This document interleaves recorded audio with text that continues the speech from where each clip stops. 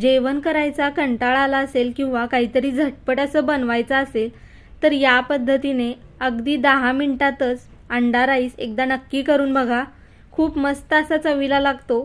तर हा अंडा राईस मी कुकरमध्ये बनवणार आहे. तर त्यासाठी 2 छोटी पळी तेल घेऊ. तेलाचं प्रमाण आवडीनुसार कमी जास्त करू शकता.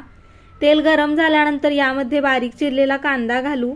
एक मोठा कांदा मी बारीक चिरून घेतलेला आहे. कांदा आता सोनेरी रंगावरती परतून घेऊ. कांदा तेलामध्ये मऊसर असा मी परतून घेतलेला आहे. आता यामध्ये बारीक चिरलेला टोमॅटो घालू.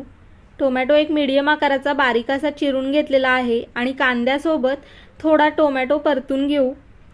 टोमॅटो परतून झाल्यानंतर यामध्ये अर्धा चमचा आलं लसूण पेस्ट आणि एक हिरवी मिरची घालू आणि आलं लसूण पेस्ट थोडी तेलामध्ये परतून घेऊ. आलं लसूणचा उग्र वास जाई तोपर्यंत आलं लसूण पेस्ट मी चांगली परतून घेतलेली आहे. आता यामध्ये 3 अंडी फोडून घालू आणि आपण जशी भुर्जी करतो त्या पद्धतीने याची भुर्जी करायची आहे अंड्याची. तुम्ही बघू शकताय छान मोकळी आणि सुटसुटीत अशी मी भुर्जी करून घेतलेली आहे. जास्त मोठे तुकडे ठेवायचे नाहीत. गॅस बारीक करून मोकळी सुटसुटीत अशी ही भुर्जी तयार करून घ्यायची. भुर्जी तयार करून झाल्यानंतर यामध्ये पाव चमचा हळद, 1 चमचा लाल तिखट, 1 चमचा गरम मसाला, अर्धा चमचा धणा पावडर घालू आणि हे मसाले थोडे भुर्जीसोबत परतून घेऊ. मसाले परतून घेतल्यानंतर यामध्ये तांदूळ घालू. इथं मी 1 वाटी बिर्याणीचा तांदूळ स्वच्छ धुवून घेतलेला आहे. तुम्ही कोणतेही तांदूळ वापरू शकता. आता हा तांदूळ अगदी हलक्या हाताने भुर्जीमध्ये मिक्स करून घेऊ. म्हणजे तांदळासोबत मसाले सुद्धा चांगले परतले जातात. तांदूळ परतून घेतल्यानंतर यामध्ये गरम पाणी घालू. 1 वाटी तांदळासाठी 2 वाटी मी गरम पाणी घातलेलं आहे.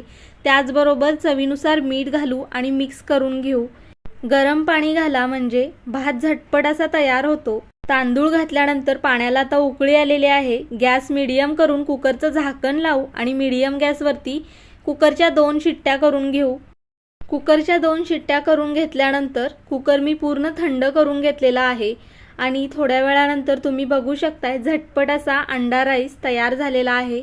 बारीक चिरलेली कोथिंबीर घालून मिक्स करून घेऊ. अगदी 10 मिनिटातच हा अंडा राईस तयार होतो. गरमागरम खायला तर एकच नंबर लागतो. आवडला तर नक्की करून बघा. व्हिडिओ आवडला असेल तर लाईक करा, शेअर करा. चॅनेलला सबस्क्राईब केलं नसेल तर सबस्क्राईब करा. व्हिडिओ बघितल्याबद्दल धन्यवाद.